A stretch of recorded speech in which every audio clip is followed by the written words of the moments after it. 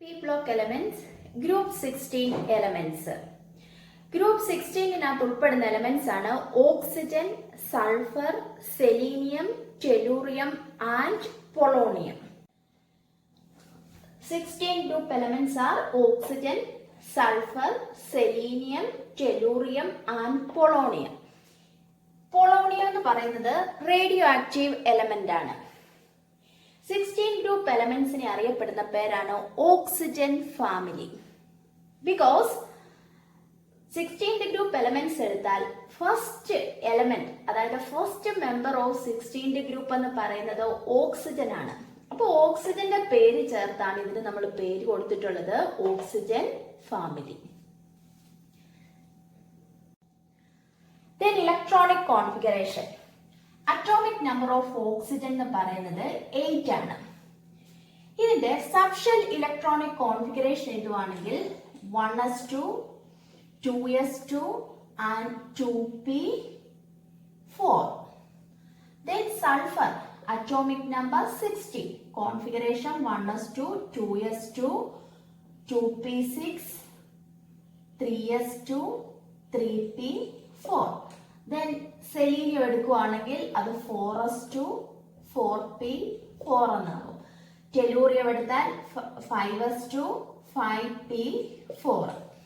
അപ്പൊ 16 group എലമെന്റ്സിന്റെ electronic configuration എടുത്താൽ last shell എന്ന് പറയുന്നത്, അതായത് കോൺഫിഗറേഷന്റെ ചെന്ന് നിൽക്കുന്നത് ഓക്സിജൻ എടുത്താൽ 2s2, 2p4.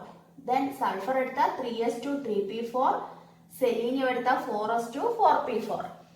അങ്ങനെയാണെങ്കിൽ നമുക്ക് ഇതിന്റെ ജനറൽ ഇലക്ട്രോണിക് കോൺഫിഗറേഷൻ എങ്ങനെ എഴുതാൻ പറ്റും?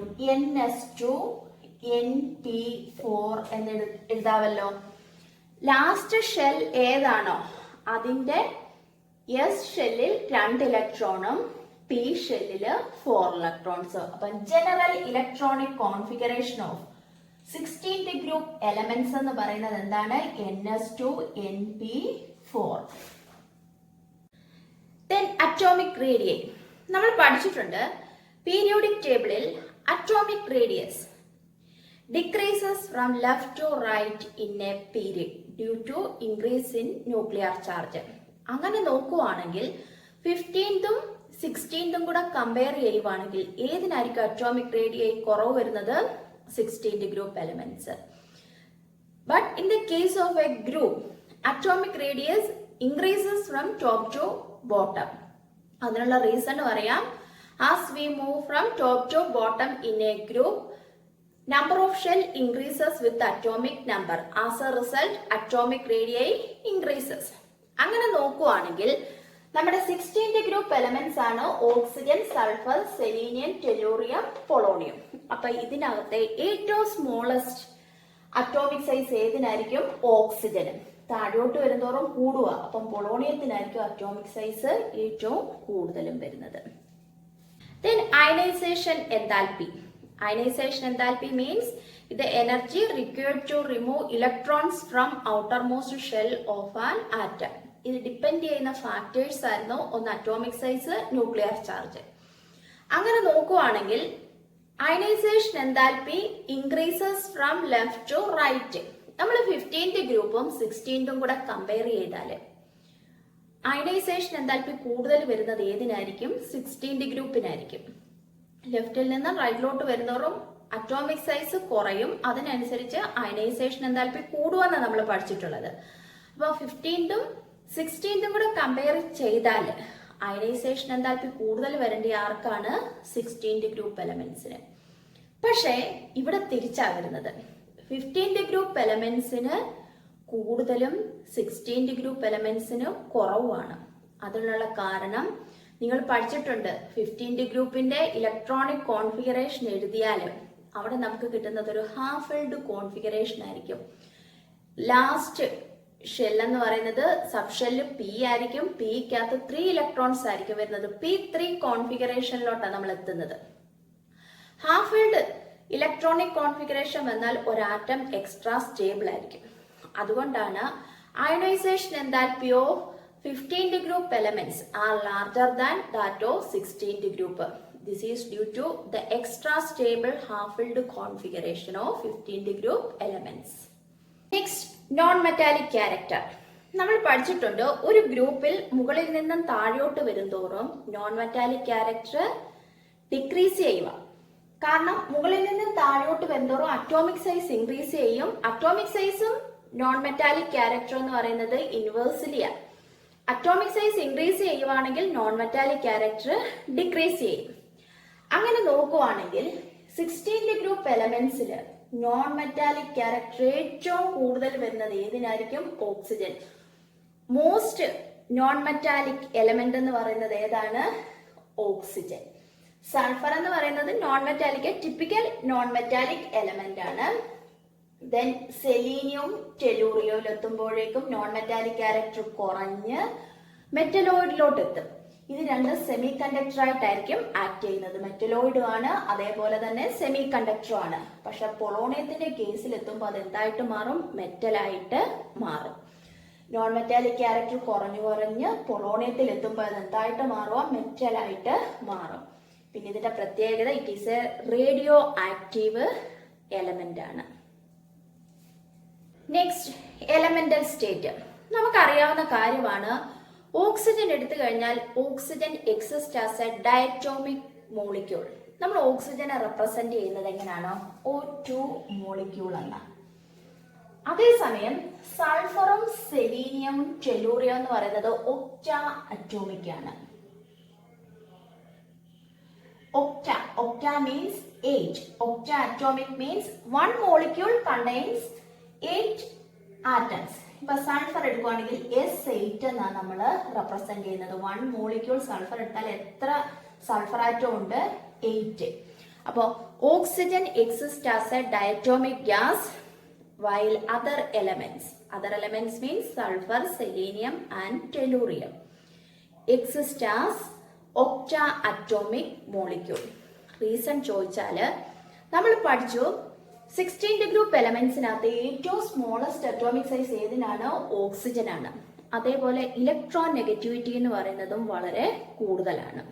അപ്പോൾ ഓക്സിജന്റെ കേസ് എടുത്താൽ oxygen has smallest atomic size and high electron negativity.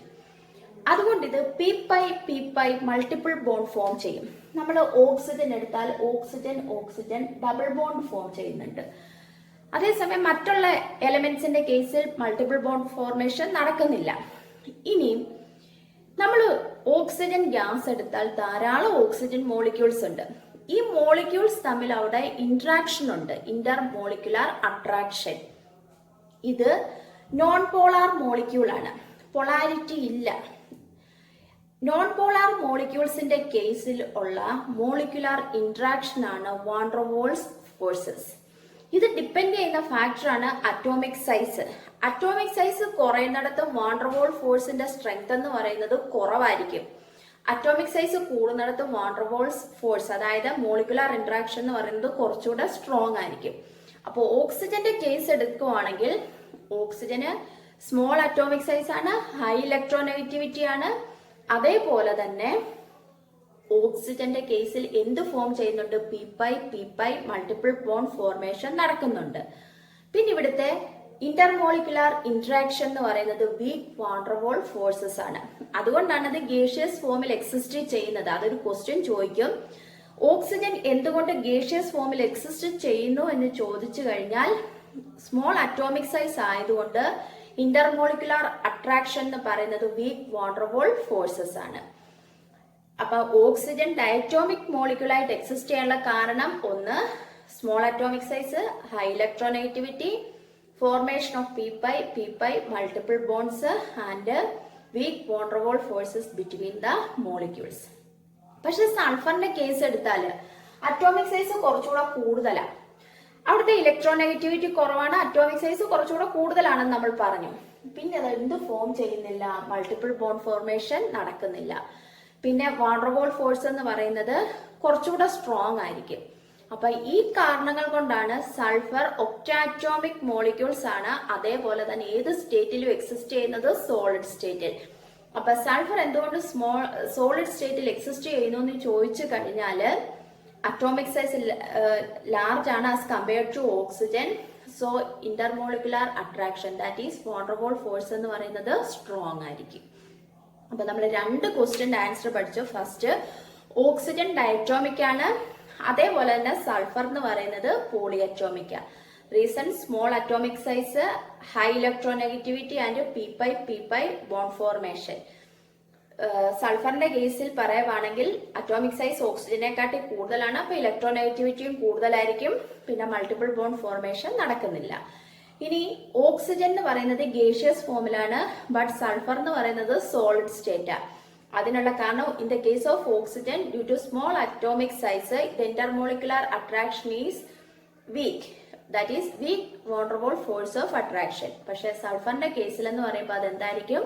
Strong van der Waal force of attraction ആയിരിക്കും. അതുകൊണ്ട് അത് ഏത് സ്റ്റേറ്റിൽ എക്സിസ്റ്റ് ചെയ്യുന്നു? Solid state. Next oxidation state. നമ്മൾ പഠിച്ചിട്ടുണ്ട് 16 ഗ്രൂപ്പ് എലമെന്റ് എടുത്താൽ outermost shell contains 6 electrons. So it gains 2 electron to attain nearest noble gas configuration എന്ന് പഠിച്ചിട്ടുണ്ട്. അപ്പൊ 2 ഇലക്ട്രോൺ ഗെയിൻ ചെയ്യുന്നത് കൊണ്ട് ഇതിന്റെ ഓക്സിഡേഷൻ സ്റ്റേറ്റ് എന്തായിരിക്കും? -2.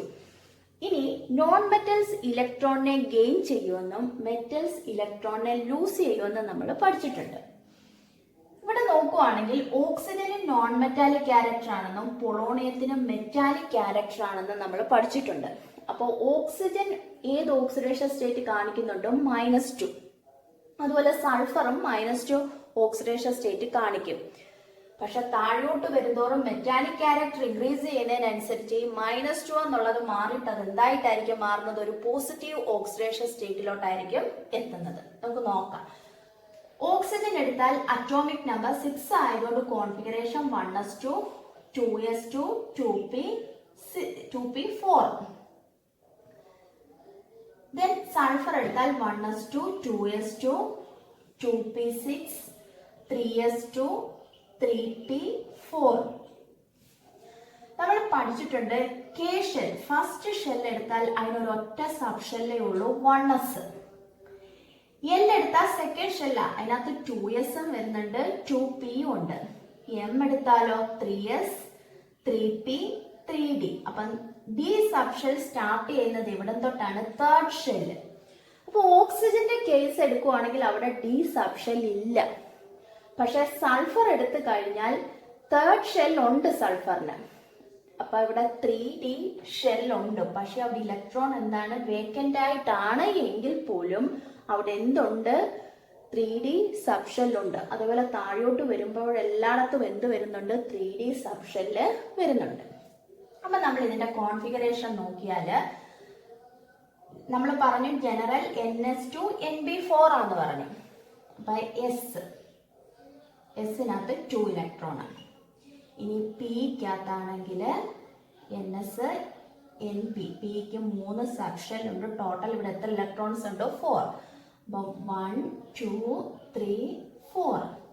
ഇനി ഡി സബ് ഷെൽ അവിടെ വേക്കന്റ് ആയിട്ടുണ്ട്, nd. 5 സബ് ഷെൽ ഉണ്ട്.